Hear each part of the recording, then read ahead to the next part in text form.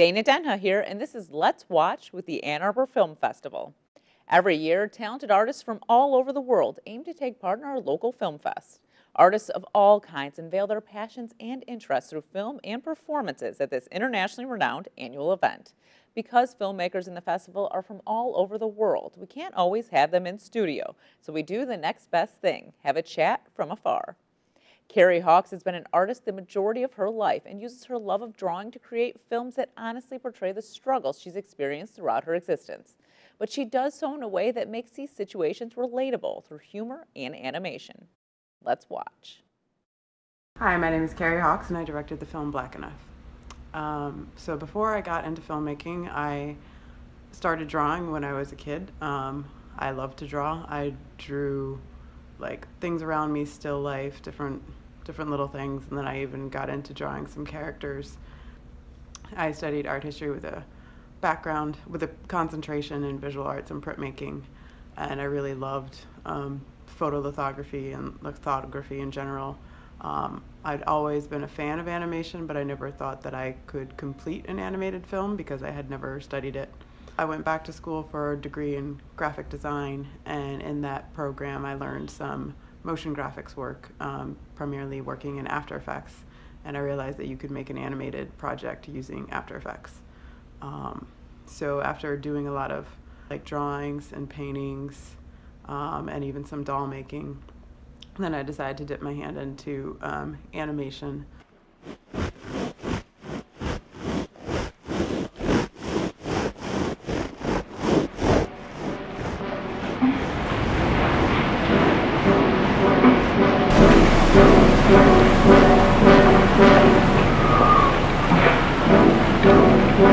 So my first animated documentary was a film called Delilah, and it examined a white relative who came to a family reunion in 1985 and basically how it is that she was related to me and my family and uncovering racial secrets from her past. Asking family members questions, and this was the year in 1910 that my grandfather Otha was born, and it listed everybody except for him as W for white, but James has said MU for color, and I didn't know what that was, so I asked one of the volunteers there what that meant, and he like got real quiet and had a funny look on his face, and he said really, really quiet, mulatto.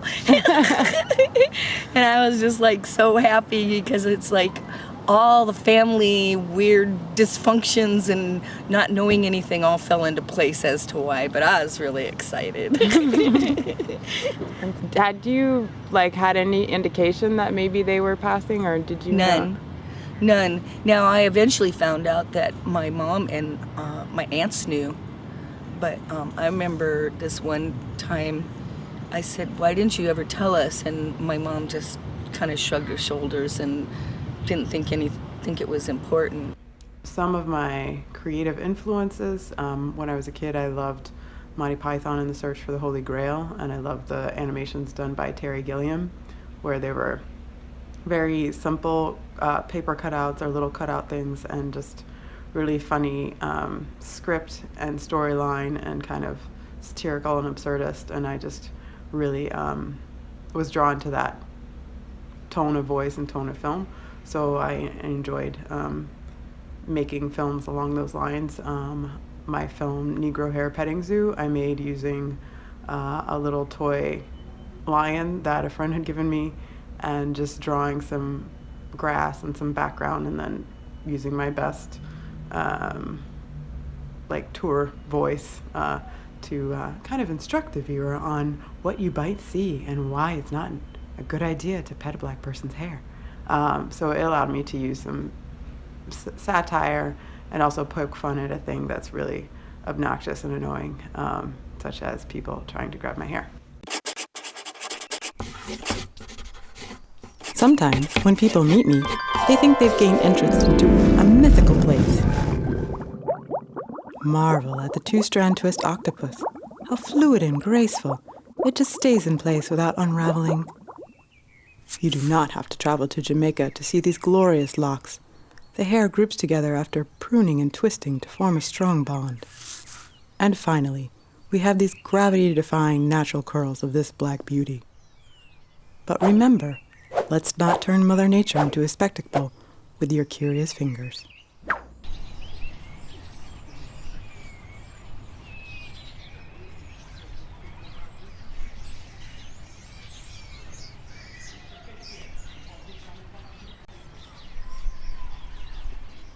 Other creative influences, I really love the art of Frida Kahlo. When I was younger, I saw her work and I was just blown away to see how she was using her own personal experiences in order to delve into topics like race and gender in her own work, and using her pain and transforming it into something that you could see inside of. Other artistic influences, I really love the printmaking of Elisabeth Catlett. She's a black woman printmaker who also went to Mexico to study printmaking there, because there's a lot of revolutionary printmakers and artists in Mexico around that time period. I'm a fan of Ayoka Chinzera. She did an animated film in 1985 called Hairpiece, which is really hilarious. And uses a mix of found footage and photographs and what might be paper cutouts, and also a satirical voice to talk about the trials and tribulations of doing your hair and having it turn back. I love the humor that she uses in that piece, and I identify very much with humor and using humor in a way to talk about things that might be difficult to approach otherwise. I would approach the drawing without a set idea in mind. I just start drawing, then discovered what happened on the paper and went with that. Filmmaking is a little different, especially the animation and the way that I've done animation, where there's a lot more planning involved, and you have to figure out what the characters are going to look like, figure out the script and the story and what's going to happen, and storyboard it, and then go into the drawings and the animatics, so like figuring out the timing and how that will work with the voiceover, and then going back in and fine-tuning with the coloring and the backgrounds and texture and adding in sound. So all of those are a little less spontaneous than drawings that I had done before, but it allowed me to refine and think about what visuals I was going to use to talk about what part, and then basically making a lot of decisions over and over again, and then sticking with those decisions. And then when it was... So in this clip, you're going to see the trailer of Black Enough, not the entire film.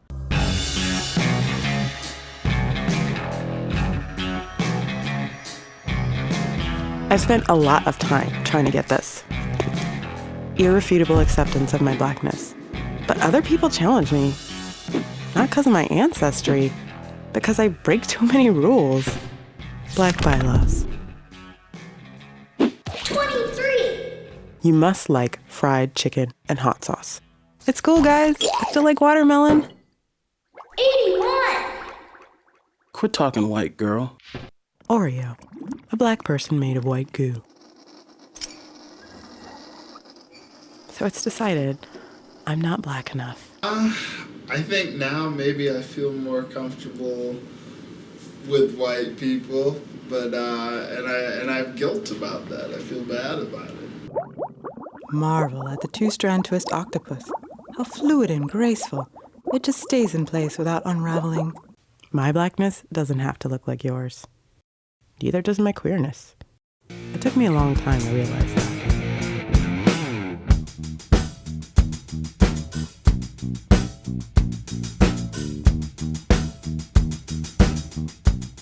Black Enough will be on public television. It's February 18th. That's a Monday at 8 p.m. Eastern Standard Time. And then after it is broadcast in a segment called Afropop, they showcase films by filmmakers of the African diaspora. After that broadcast on Monday, February 18th, then it will be available on the public media website for 1 month. And then after that, you can find it on Seed and Spark. And after that, or anytime, if you're an institution or a school, it can be purchased through Third World Newsreel. as an educational piece, because it's a great way to bring it to students and communities to talk about race and gender and identity and fitting in, and all of those subjects kind of come up in the film, including mental health.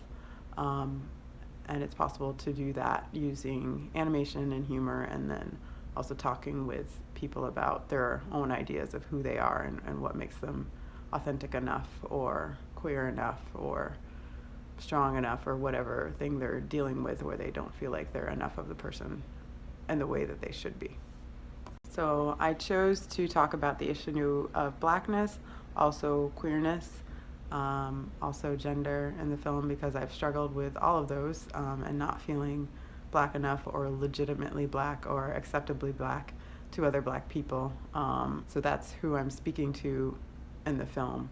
And other people of other backgrounds have also been able to identify with that. I had a Mexican-American person come up to me and tell me that they could really relate to feeling like Mexican enough. By speaking about my particular and very specific experience, it allows others to relate to the themes of feeling isolated, feeling like they're not following what they're supposed to be following in terms of their racial identity, or trying to widen the racial identity. So if someone's like, oh, well, Black people don't listen to Depeche Mode, or Black people aren't goth, and like, you can be all of those things and still be Black. I feel like a racial group and ethnicity shouldn't be a limitation to you. It should allow you to expand the definition of what it is. Because I feel like if you're part of a group, then you can expand it. And if a group cannot withstand growth and expansion, then it will start to die off.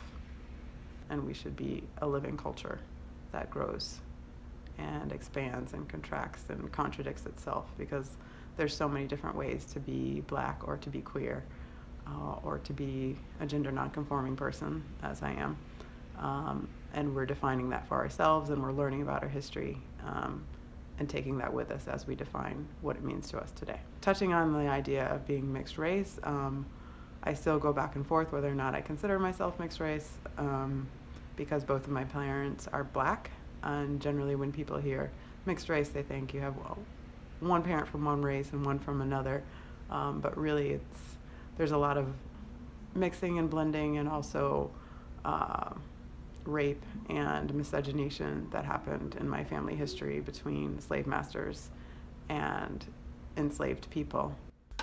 The master fathers Catherine's first child, then gives her freedom. Catherine marries John Dorsey, an escaped slave. They hook up with the Underground Railroad. Their children give birth to Amy, my great-grandmother. Amy didn't notice racial differences at first. Then one day, a whole new revelation opened up before me. I had never before realized my father was different than other men.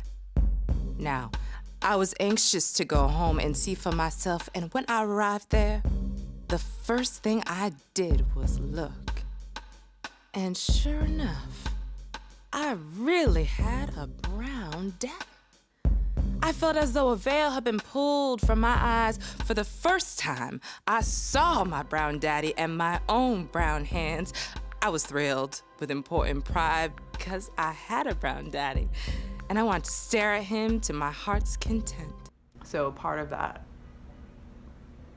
piece of my ancestry is not consensual, is from abuse, but other parts of the racial mixing happened from places of love.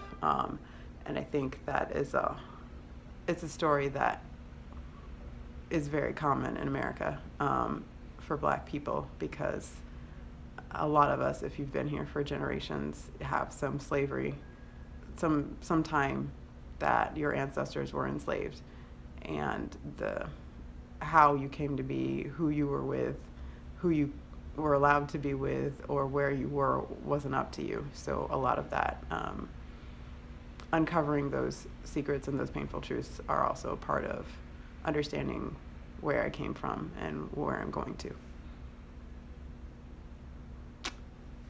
So my film is a documentary, even though it's animated. All of the things that happen in the film or images are come from true events or are the emotional documentary of what I was feeling at the time. So if you watch the film, you might see me climbing up a prescription bottle. While I physically can't climb up to a prescription bottle because I'm larger than it, showing how I felt at the time. Animation is a great way to show how I felt at the time and to get at my inner thought process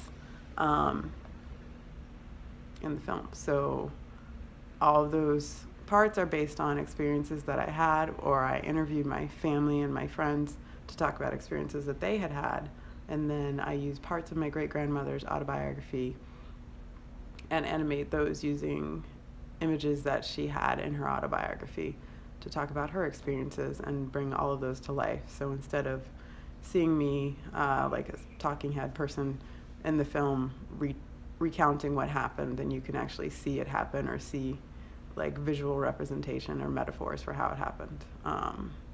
At one point I used a chess piece to talk about being cast in plays in high school and how the drama teacher would line us up and decide who could look like a family or who could be together on stage. And so those are all parts that using a visual metaphors are a handy way to see how I felt at the time. So you're not just getting my thoughts through the audio portions of the piece, you're also getting my thoughts through the visual representations.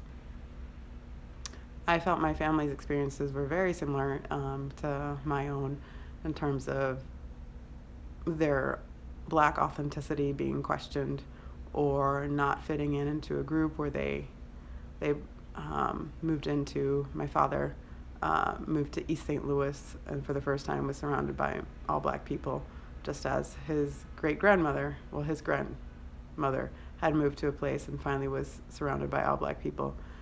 And that was a cultural shift for both of them because they had come from a predominantly white situation and then moving into a predominantly Black situation, and not feeling like they didn't fit in either one immediately, and then later becoming more and more comfortable with their Blackness and their Black identity. I feel like people feel the need to comment on my gender or on my haircut. I think people are very curious about people around them, and also people feel more comfortable when they can figure out exactly what they think you are. I think people need to get more comfortable with not knowing, and also more comfortable with realizing that someone's race or gender or orientation doesn't necessarily impact the situation at hand. So if you're going somewhere and having breakfast, or if you're sitting next to someone on the train, what race you are, what gender you are, what orientation you are, has no bearing on it. And I think people need to let go of that and not worry about like, oh, I need to figure out what you are, because really when they're trying to figure out what they are, then they're going to figure out what they should expect of you and what they don't expect of you. And if they don't know, then they can't have those expectations. And I think not anticipating and expecting someone to act a certain way just because of their background would free up a lot of prejudices and a lot of bigotry and a lot of racism and sexism and homophobia and a lot of things that we get hung up on because we have an idea of who someone is based on their traits. I did feel somewhat vulnerable opening up my experiences of race and my insecurities on screen, but when I first started the project, I think I was extremely insecure about my racial identity and also still figuring out my gender identity. I now identify as gender nonconforming and use the pronouns they, them, and theirs. And also I was like comfortable with myself as a queer person, but putting it on film made me more comfortable like putting it out there and owning that for myself and claiming that for myself. And the more I realized that my opinion of myself is the most important opinion, searching for someone else to accept me, because those are outside factors that I cannot control, and I can only control how I think about something or how I allow myself to think about something. So once I've taken that approval without outside approval out of the equation, then I am more secure in myself. So in the film, I discuss self-harm and self-injury. There's a period of time in my life when I was a teenager that I had very low self-esteem, and I had a hard time dealing with different insecurities, and one way that I dealt with that was through self-harm and self-injury. I think a lot of people, when they think about self-harm, they think about cutting or like depriving the body of what it needs, or headbanging, or some people will often explore burning or bone breaking and different things that they're doing to their own body for different reasons. It could be motivated out of like wanting to feel in control, or wanting to punish oneself, or just wanting to feel something, period. I very rarely hear about people of color engaging in that type of self-harm.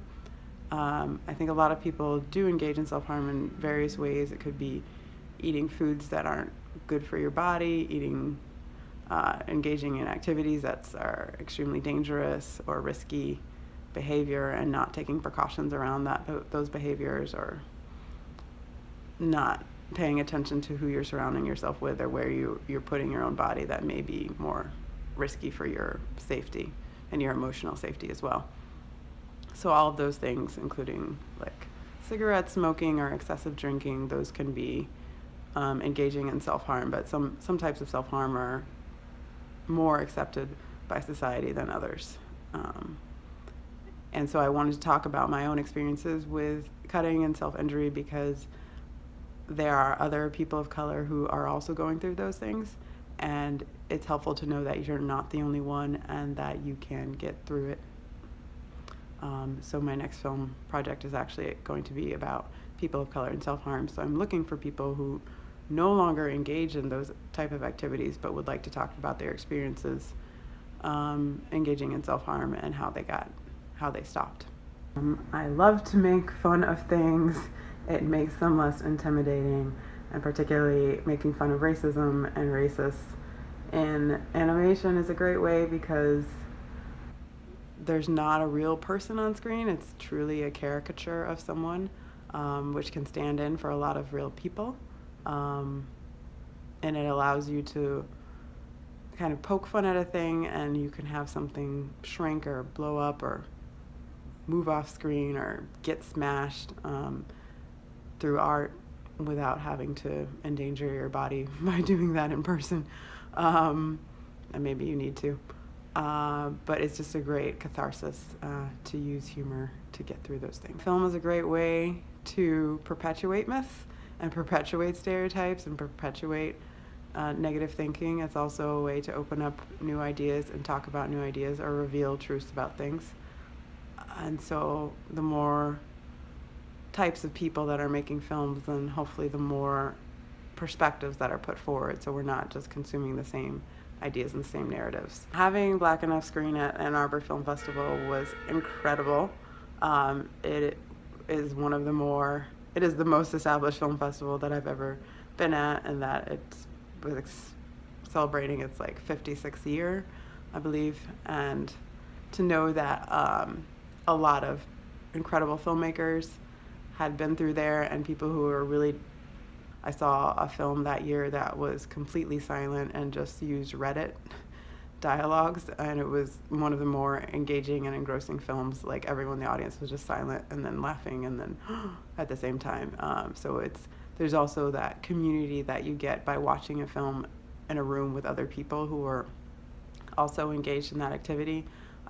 It's very easy to, watch a film later at home on YouTube or on Netflix, and you're getting a lot of what the artists who made the film are putting in there, but you're not getting the experience of watching the film with other people and hearing their different reactions, and maybe they're responding to something that you hadn't considered. And so it's also the experience of watching film together is fantastic at the Ann Arbor Film Festival, because people are really there and they really want to watch the film. I think people should support the festival because there's so many great films screened, there's so many different perspectives.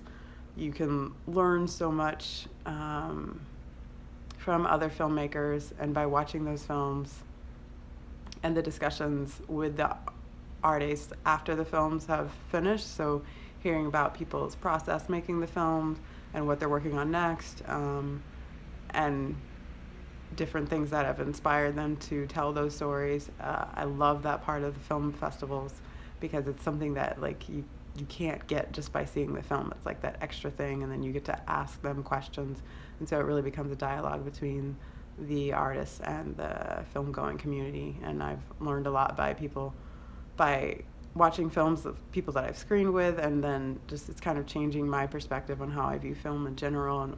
And does the film need to have a story arc? Does it need to have a beginning, a middle, and end? Or can it be more about an emotion? Can it be putting you in a place and then having you wonder what's going on, why you're there? I just really found the whole experience to be very refreshing, and so many great films. And so many films that I didn't like, and then figuring out why I didn't like it. Or if you have a way to get there and just see some of the films, I think you'll be really intrigued. For more on this and other CTN series online, visit a2gov.org/watchctn. Visit youtube.com/CTN Ann Arbor, and remember to like, comment, and share. I'm Dana Denhoff for Let's Watch with the Ann Arbor Film Festival.